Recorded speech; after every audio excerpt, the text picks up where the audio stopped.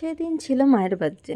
মায়ের বার্থডে প্রতি বছরই পালন করি, তবে এই বছর একটু অন্যরকম করার চেষ্টা করেছিলাম।